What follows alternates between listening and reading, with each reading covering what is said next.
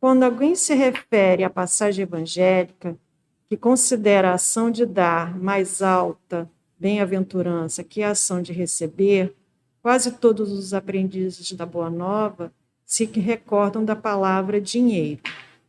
Sem dúvida, em nos reportando aos bens materiais, há sempre mais alegria em ajudar que em ser ajudado. Contudo, é imperioso não esquecer os bens espirituais, que, irradiados de nós mesmos, aumentam o teor e a intensidade da alegria em torno de nossos passos. Quem dá, recolhe a felicidade de ver a multiplicação daquilo que deu.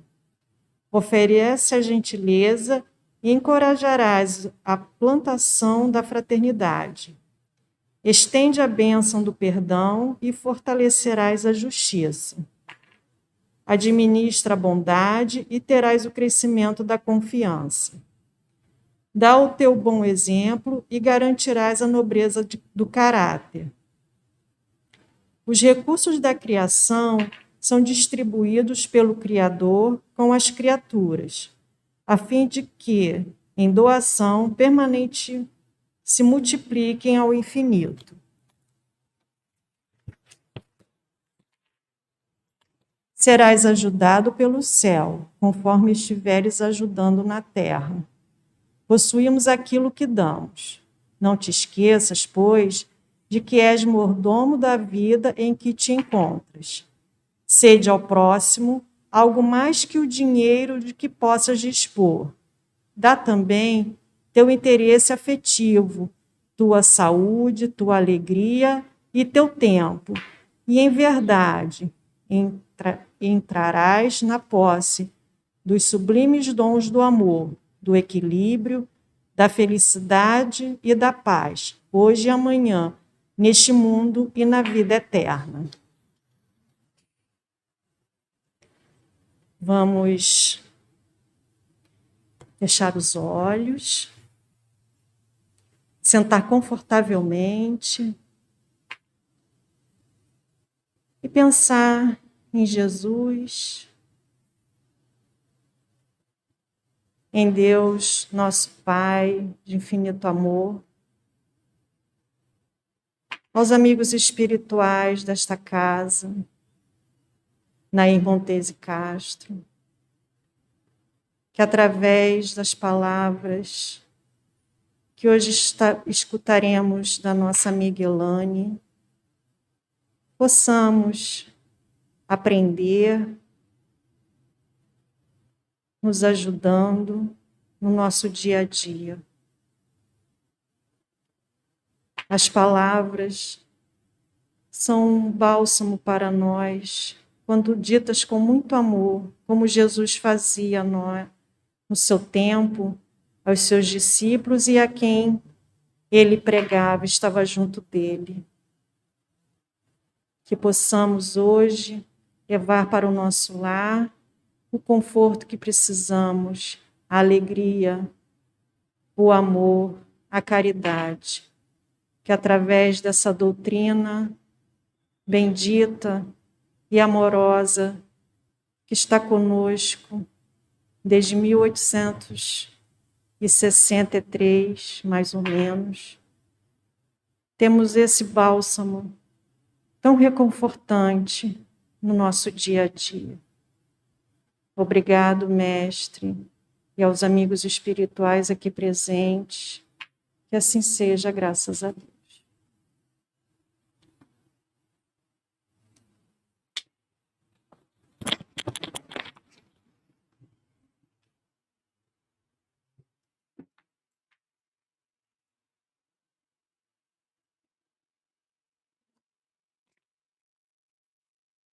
Boa noite a todos. Fico feliz de ver esse salão assim, sendo ocupado novamente. Durante a pandemia, nós tivemos que fechar a casa, fomos abrindo vagarosamente. E é bom ver que as pessoas, começam a retornar a essa casa. Afinal de contas, o que dá vida a uma casa espírita, a uma casa religiosa, são aqueles que a frequentam, Não adianta uma casa vazia. E hoje eu venho dividir com vocês um pouquinho uma reflexão sobre o tema Sermão da Montanha. E nada como começar lembrando das palavras desse hindu que é tão conhecido de todos nós, Mahatma Gandhi, quando ele nos diz que se perdessem os livros sacros da humanidade e só se salvasse o Sermão da Montanha, nada estaria perdido. Porque, assim como a maioria de nós consegue entender que aquele homem que nós chamamos de mestre, porque assim o é, mas também de amigo, Jesus, trouxe no seu evangelho tudo que nós precisamos para encontrarmos a paz íntima, né? Caminho reto. E no Sermão da Montanha, ou Sermão do Monte, nós vamos encontrar um longo discurso de Jesus, em que encontramos lidos lá no Evangelho de Mateus, que é mais completo, no capítulo 5, 6 e 7, e também no Evangelho de Lucas, no seu capítulo 6. E é neste discurso que se profere lições de conduta e de moral, que dita princípios de normatização e orientação para a verdadeira vida cristã. Essa vida que traz para a humanidade inteira um referencial do que seria o reino de Deus. E que, por esse caminho do reino de Deus, na prática da vontade de Deus. E essa vida que conduz o homem à sua verdadeira libertação. Deixa eu ver se muda aqui. Gente, falhas acontecem. Um minuto. A palavra do Sermão da Montanha, segundo Humberto Holden, podem ser consideradas como a plataforma do reino de Deus. Como diríamos em linguagem política, representam o programa da mística divina e da ética humana, visando a total autorrealização do homem. É no Sermão da Montanha onde o mestre nos fala sobre os que seriam felizes, mas que, aos olhos da sociedade, não o são. Porque no Sermão da Montanha ele fala dos pobres, dos puros, dos mansos, dos que sofrem, dos misericordiosos, daqueles que, em nome de Jesus, sofreram perseguição. Aos nossos olhos, esses tipos de caracteres que o Mestre Jesus coloca são realmente pessoas necessitadas e infelizes, e não felizes. Mas a gente sempre esquece que Jesus não fala apenas para o momento. As palavras do Mestre Jesus, elas são eternas. Elas vão além do tempo a que ele veio como encarnado. Tanto que existe a história antes e depois da passagem dele no nosso mundo. Então, ao ouvir o Evangelho, nós temos que aprofundar um pouco mais essas palavras de Jesus. Porque ele fala para aquele que compreende, para aquele que já tem desperto em si a nossa realidade. A nossa realidade do eu profundo, segundo Humberto Holden, o self, nas palavras de Joana, o espírito imortal, quando se fala da codificação espírita. E é na codificação espírita, através do seu imenso ensinamento, que traz esclarecimento, que traz consolo, como o Mestre Jesus prometeu, que nós pegamos um dos primeiros discursos do Sermão da Montanha, que são as bem-aventuranças, e temos que observá-lo com um outro prisma, o prisma da reencarnação. Mas vamos lembrar aqui primeiro qual seria esse sermão de Jesus quando ele fala das bem-aventuranças. Na leitura do Evangelho de Mateus, vendo as turbas, subiu ao monte, o Mestre Jesus. Após assentar-se, aproximaram-se dele os seus discípulos, e abrindo sua boca, os ensinava, dizendo: Bem-aventurados os pobres em espírito, porque deles é o reino dos céus. Bem-aventurados aflitos, porque eles serão consolados. Bem-aventurados mansos, porque eles herdarão a terra. Bem-aventurados que têm fome e sede da justiça, porque eles serão saciados. Bem-aventurados os misericordiosos, porque eles receberão misericórdia.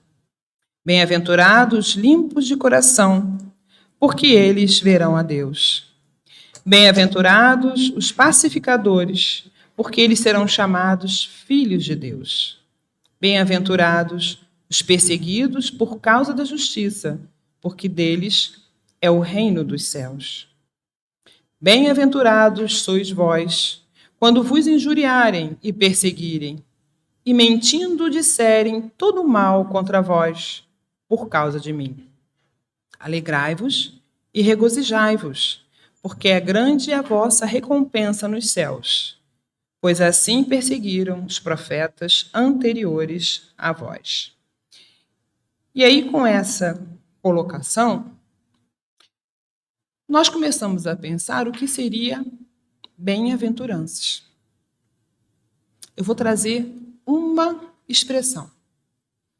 Bem-aventuranças no grego é uma expressão que conceitua felicidade plena. No Novo Testamento, essa felicidade plena seria a relação do homem com Deus na sua forma mais profunda. O Mestre dizia, eu com Deus. Porque ele realizava todos os desígnios passados a ele pelo Pai. Em momento algum, ele saiu daquela linha, daquele caminho, daquela orientação que foi lhe dada, porque ele tinha plena confiança nos desígnios de Deus. Carlos Pastorino, num livro chamado Sabedoria do Evangelho, ele diz que crê que Mateus, quando fala das mensagens e das promessas do Cristo, ele direcionava essas mensagens para o espírito imortal, para aquele que sobrevive à matéria. Então, era uma mensagem que ia muito além daquele momento em que Cristo veio falar com eles. Da mesma forma, Carlos Pastorino também acha que, ao contrário de Mateus, Lucas acha que aquela mensagem foi dirigida aos espíritos encarnados àquela época. Aí, para tirar uma dúvida, eu fui procurar um espírito que eu gosto muito quando se fala do Evangelho. E é conhecido de todos nós que somos espíritas. Ele se chama Emmanuel, né? Nosso querido Emmanuel, que foi mentor, né, de Chico Xavier. Num livro chamado Pão Nosso, no seu capítulo 89, que tem o título As Bem-aventuranças, ele faz uma ligeira reflexão sobre o Sermão do Monte. E eu vou dividir bem esse texto com vocês. O texto começa assim. O problema das bem-aventuranças exige sérias reflexões. Antes de interpretado por questão líquida, nos bastidores do conhecimento. O que ele quer dizer com essa primeira frase? Questões líquidas. Quando a gente fala de líquido, a gente fala de mudança de forma. O líquido se adequa a qualquer forma que você colocar. Se eu colocar aqui, ele vai ficar mexer no computador, gente. Se eu colocar ali, ele toma a forma desse frasco. Se eu colocar no copo, como está, toma a forma do copo. Se eu colocar naquela garrafinha, toma a forma da garrafinha. O líquido, ele se molda. Mas as bem-aventuranças, e com isso, ele se modifica de acordo com o ambiente, né? Com a temperatura, mais. E o que Emmanuel nos diz é que as bem-aventuranças não são questões líquidas, porque ele não se modifica com o tempo. As bem-aventuranças faladas lá com Cristo serve adequadamente para o nosso tempo atual. Serve igualzinho. É interessante esse Cristo, né? Ele sabia exatamente o que falar. Por quê? Porque ele falava ao espírito imortal. Ele sabia que nós teríamos várias encarnações e que as palavras deles eram para a eternidade. E continua Emmanuel. Confere Jesus a credencial de bem-aventurados aos seguidores que lhe partilham as aflições e trabalhos. Todavia, porém, cabe-nos salientar que o Mestre categoriza sacrifício e sofrimento a conta de bênçãos educativas e redentoras. Ele vê de uma forma diferente da gente. Porque a gente sempre pensa que o nosso sofrimento é o maior. Eu sou a pessoa mais sacrificada do universo. Meu sacrifício é maior do que da minha amiga Mercedes. Meu sofrimento também. Eu não estou aqui querendo diminuir as dores de ninguém. Eu só estou querendo lembrar, meus amigos, que na codificação há diversas passagens dos espíritos superiores, das obras complementares, nos lembrando que nossas dores e nossas aflições nada mais são do que despertadores de consciência. Se hoje temos dores e aflições, é porque ainda não conseguimos viver em parceria, um relacionamento íntimo com Deus.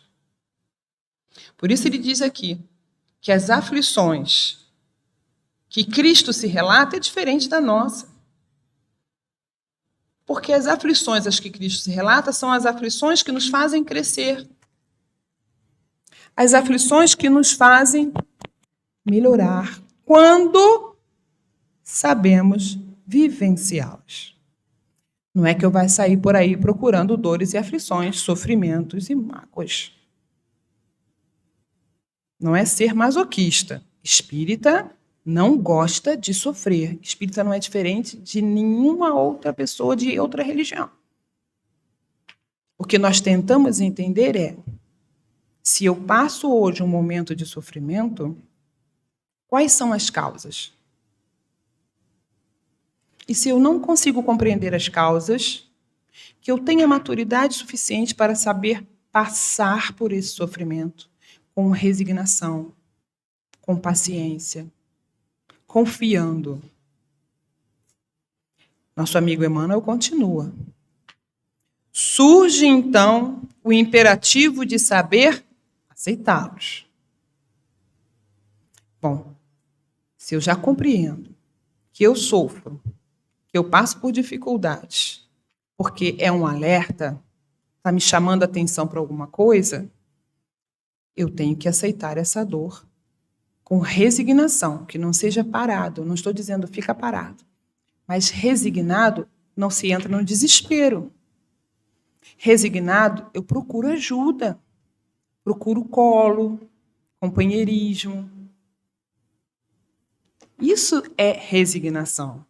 é entendermos que estamos no processo evolutivo, em que lá nas bem-aventuranças começa bem-aventurado, pobre de espírito.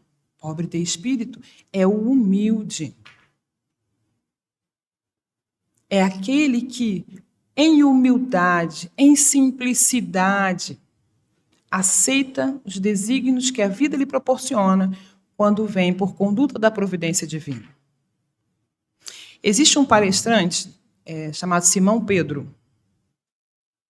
Quem depois não conhece pode entrar lá na internet.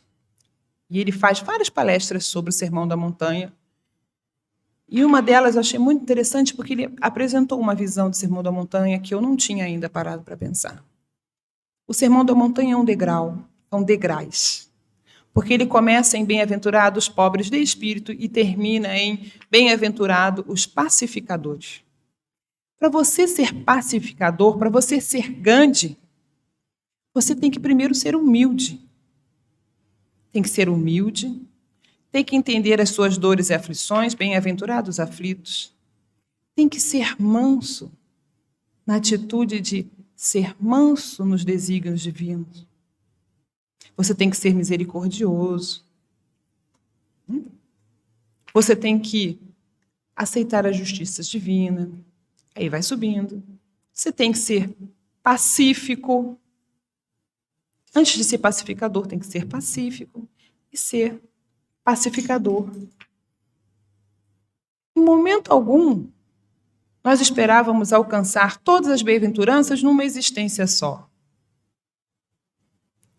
Mas Jesus nos ensina que é possível, mas temos que dar os primeiros passos. E continua Emmanuel.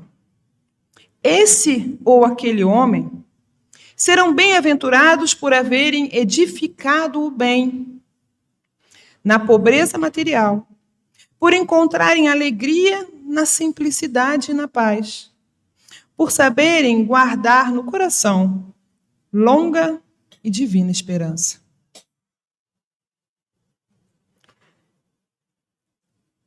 Bem-aventurados por haverem edificado o bem, construído, proporcionado o bem. Não estou falando o bem daquele que todo mundo vê. A gente pode começar com pequenos bens, né? Ligar para um amigo, evitar algum vício, fazer uma caridade, né? Faz uma caridade para você mesmo, vem à casa espírita, assiste uma palestra, não precisa ser a minha, pode ser depois de outras. Tomamos um passe. Não é? São pequenas atitudes que, realizadas cotidianamente, várias vezes na nossa vida, nós vamos tomando aquilo como real para nós. Vai sendo cada vez mais uma atitude íntima, não externa. Hoje talvez eu tenha que pensar para fazer isso. Mas de tanto fazer, de tanto ler, de tanto ouvir, quando a gente percebe, isso já é nosso. E humilde daquele que nem percebe que já está fazendo sem pensar. Nisso a gente pensa, depois a gente faz sem pensar. E mesmo quando as dificuldades materiais nos atingem. E às vezes, quando a gente está passando sufoco material, a gente esquece tudo isso. Você para para pensar que quando a gente está com raiva, ninguém para fazer uma prece? Quando a gente está com raiva, com mágoa, com ressentimento, ninguém para fazer uma prece. Parece que dá prazer continuar com aquele sentimento. Experimenta um dia, quando estiver com bastante raiva, contar de 1 até 10. Para. Conta de 1 até 10. Respira. É o tempo suficiente para a gente não falar o que depois se arrepende. E já dá para falar, meu Deus, me ajuda. Isso é edificar o bem. Porque tem que começar por você mesmo.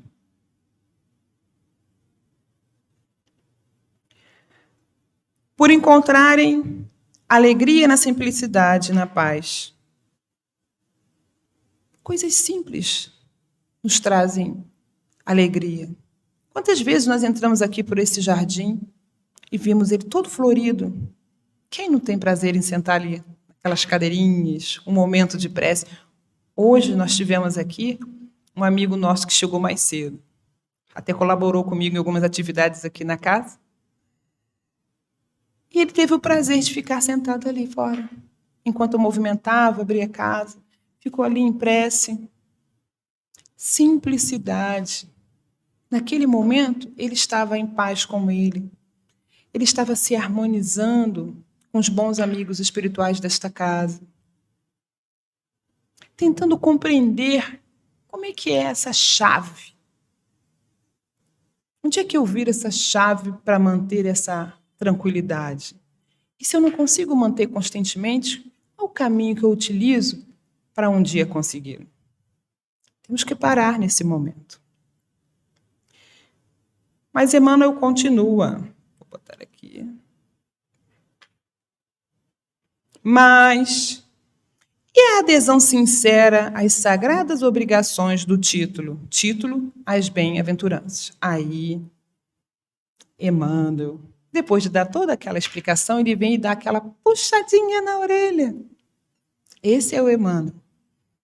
É aquele grande amigo que te dá o colo, te dá um abraço, mas não omite a verdade aos nossos corações. E ele coloca: o mestre, na supervisão que lhe assinala os ensinamentos, reporta-se às bem-aventuranças eternas. Então não é só para agora, não foi só ontem, é para sempre. Então as conquistas que eu tiver são para sempre, que saibamos escolher a melhor parte. Entretanto, são raros os que se aproximam delas com a perfeita compreensão de quem se avizinha de tesouro imenso. A maioria dos menos favorecidos no plano terrestre, se visitados pela dor, preferem a lamentação e o desespero. Alguém se identificou?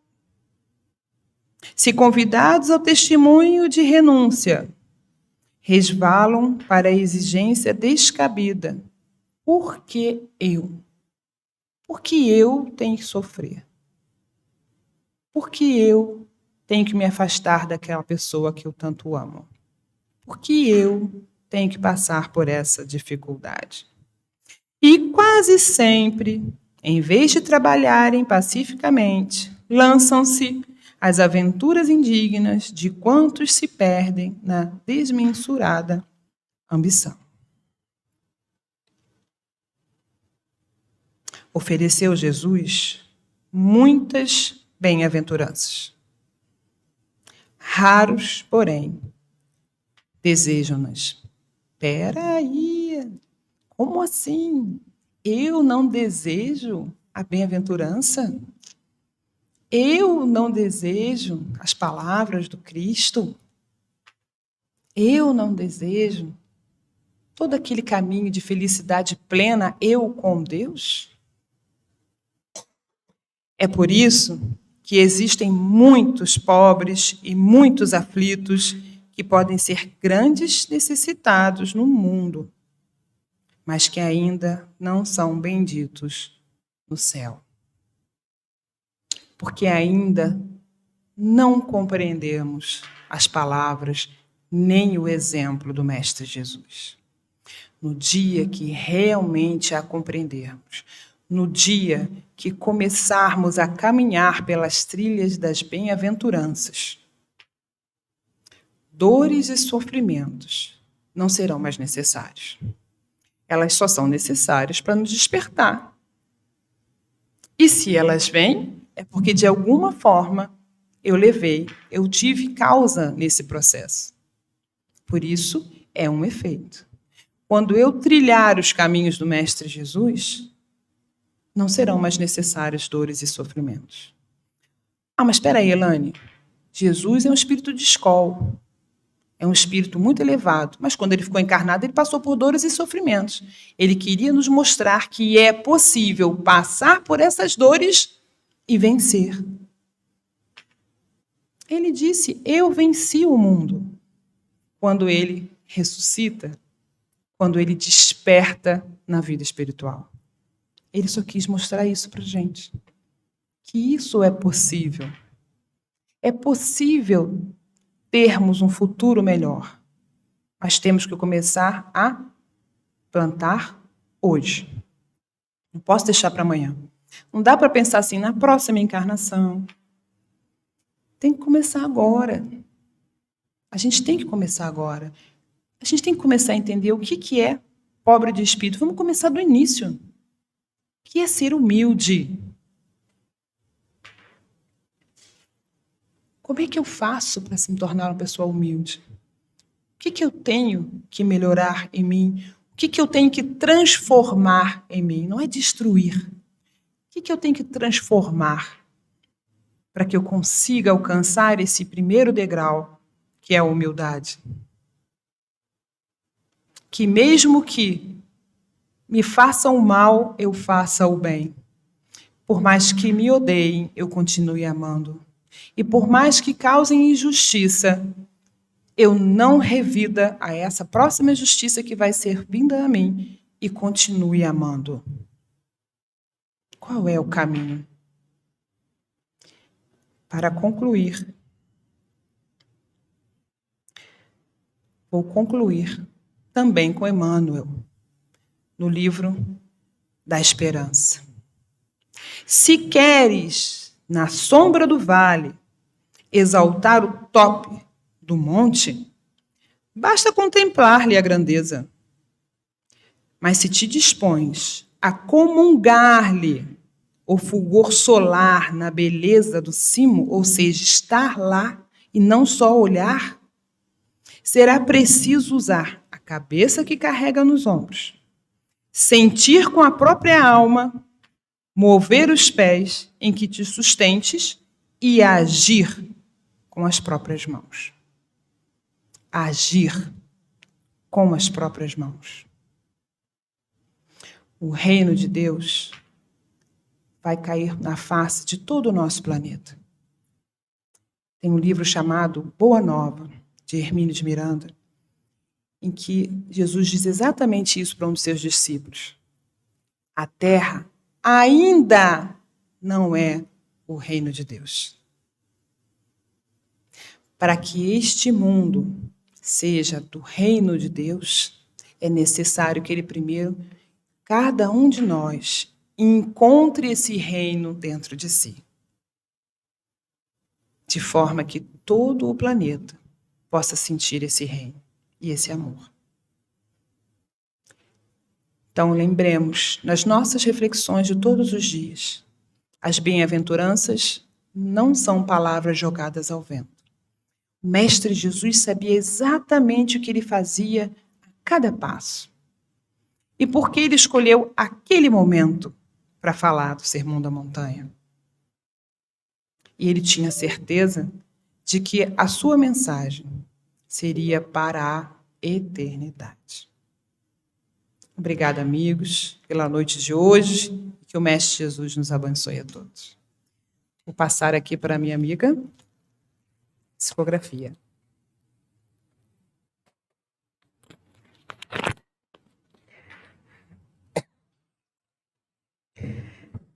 Querido do meu coração, venho lembrar-te da brevidade da vida terrena. Não quero que penses que esse tempo breve é pouco para aquilo que tens de realizar. Ao contrário, é suficiente para cada um, pois o Pai Celestial é misericordioso e não te daria desafios sem as condições para realizá-los. Devo frisar, no entanto, que o uso que fazes deste tempo é o que deve ser continuamente avaliado e, se necessário, ajustado. Gasta todo o teu tempo usufruindo de diversões, vazias ou não, sem dar-te conta que é necessário cultivar para colher? Trabalhas o tempo inteiro buscando, além do sustento material, a juntar e empilhar as moedas para ter uma garantia de segurança, sem dar-te conta de que, para estares verdadeiramente seguro, precisas de muito menos do que guardas? E estudar e acumular conhecimento. Estás a buscar o saber pelo saber, sem importar-se com a utilidade que darás ao conhecimento que acumulas, juntando títulos que amarelarão com o tempo, como tudo que fica guardado sem uso? Meu irmão, usufruir, trabalhar e buscar o saber são possibilidades que devem ser atendidas, mas tempo gasto sem equilíbrio é qual água limpa que se deita fora. Desperdício inconcebível na economia divina. Busca, dentro das tuas possibilidades, servir a Deus e ao teu irmão, pois breve é teu tempo na terra, mas suficiente, e terás de dar conta de cada segundo que usaste para o bem, e cada segundo em que desperdiçaste sem o bem fazer. Que tua vida seja rica e proveitosa, e que possas dizer, ao retornar para cá, que usaste muito bem o tempo que Deus te deu. Paz em teu coração, força para trabalhar, espaço para amar.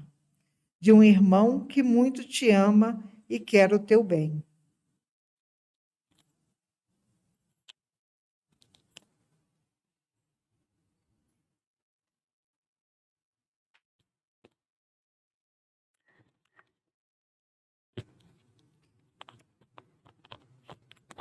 Bem, não me disseram para dar o recado, mas eu sei das necessidades que temos aqui na nossa casa. Em primeiro lugar, temos cadastrados 393 crianças que agora em dezembro, no Natal, vão receber presente, que é uma roupinha e um brinquedo. Então, com a pandemia, a diretoria resolveu fazer diferente dos anos anteriores. Eles estão arrecadando dinheiro e comprando, né, conforme a necessidade que eles sabem, que está todas as crianças cadastradas, o tamanho da roupinha e o brinquedo que sabe que tem que dar. Então, a gente precisa muito da ajuda de todos. E também a nossa cesta básica, né, que no Natal ela é mais especial do que no resto durante o ano, né? A gente dá mais itens, né, a mais do que os 7 que sempre são dados durante o ano. Que acho que é chocolatado, panetone, né?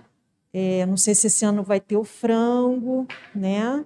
Então, a gente precisa muito da ajuda de todos, né? Então, eu estou dando um recado.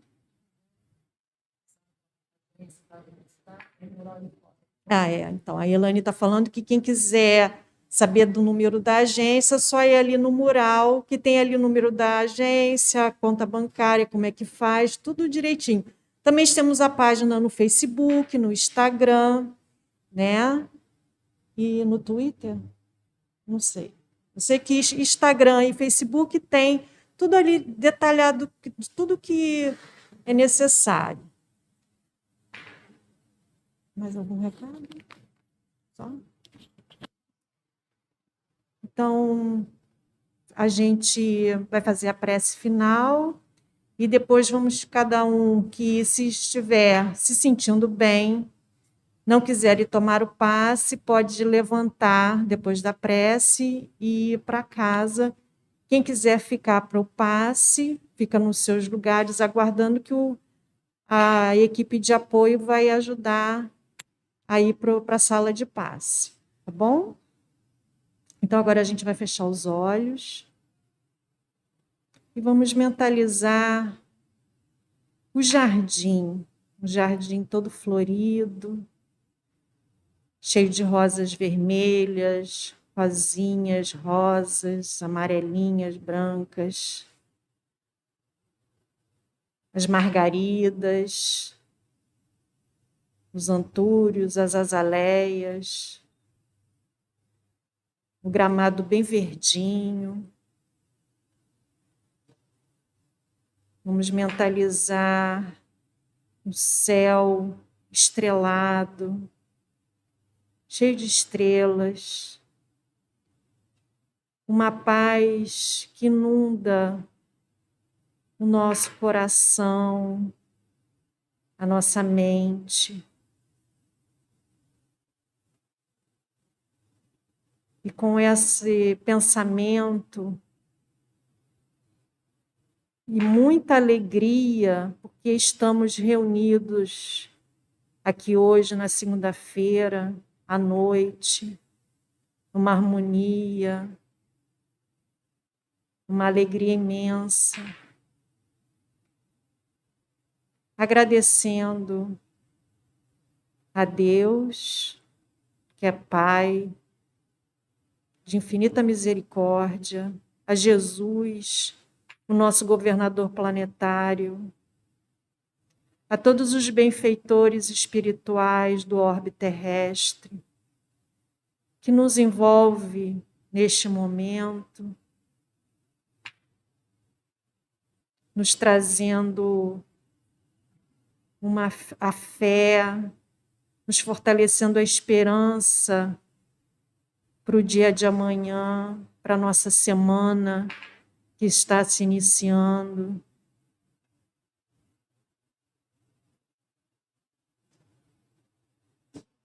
E com grande alegria, vamos rezar o Pai Nosso. Pai nosso, que estais nos céus, santificado seja o vosso nome. Venha a nós o vosso reino, seja feita a vossa vontade, assim na terra como no céu. Pão nosso de cada dia dai-nos hoje.